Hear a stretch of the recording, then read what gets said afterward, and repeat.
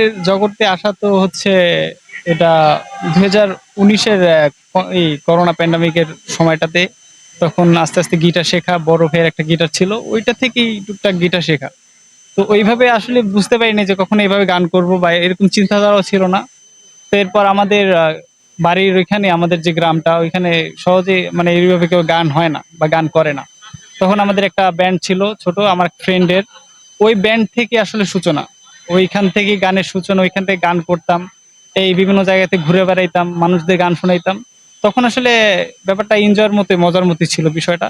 তো ওই থেকে যখন আমাদের মনে হইলো যে না এখন যদি একটু প্রফেশনাল দিকে যাই তাহলে বাড়ি ছাড়তে হবে। বাড়ি ছাড়া বলতে আরকি একটু বাড়ির বাইরে বের হতে হবে। সেটা পারমিশন নিয়ে হোক আর না নিয়ে হোক।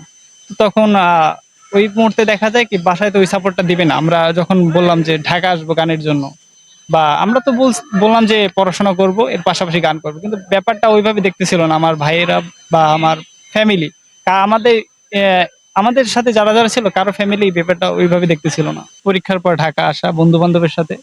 তো বন্ধুদের সাথে ঢাকা আসার মূল উদ্দেশ্য ছিল ব্যান্ড করব, আমরা গান করব। আমরা কিভাবে কি করব, কার কাছে যাব, কোথায় গান করব আমরা এই বিষয়ে আমাদের কোনো কিছু জানার ছিল না। জাস্ট আমরা শুধু জানতাম যে আমরা গান করতে চাই। তো এরপর যখন আমরা আসলাম বন্ধুরা মিলে, তখন আইসা মানে ব্যাপারটা এরকম দাঁড়াইলো যে ঢাকা আলাদা। ঢাকা অন্যরকম। ঢাকা আর বাড়ি এক না। তো এই মানে স্ট্রাগল জীবনটা এখান থেকেই শুরু হইলো। মানে বুঝতে শিখলাম যে কিভাবে করতে হয়, কই যাইতে হবে, কি করতে হবে না। অন্তত নিজের খরচটা চালানোর জন্য। তো ফ্যামিলি সাফার করতো। ফ্যামিলি বিষয়টা দেখতো। কিন্তু তারপরও চাইতাম যে না একটু চাপটা কম হোক। কারণ যেহেতু তাদের মনের বিরুদ্ধে আসছি। তো এরপর আসার পর থেকে ওইখান থেকে আমরা গান করতাম, সবকিছু করতাম। এর মাঝখানে আমাদের নিজেদের ভিতরে একটু সমস্যা ক্রিয়েট হলো। যখন ফাইন্যান্সিয়াল কিছু ব্যাপার ঘটলো বা নিজেদের ভিতর গান নিয়ে যখন আসলে বুঝতে পারলাম যে গান প্রফেশনাল জিনিসটা আলাদা। এক জায়গাতে আড্ডার গান আর প্রফেশনাল গানটা একটু অন্যরকম। তো এর ভিতর দিয়ে নিজেদের ভিতরে একটু সমস্যা ক্রিয়েট হলো। তো তখন আমাদের একটা সমস্যার কারণে আমি ওই ব্যান্ডটা থেকে লিভ নেই।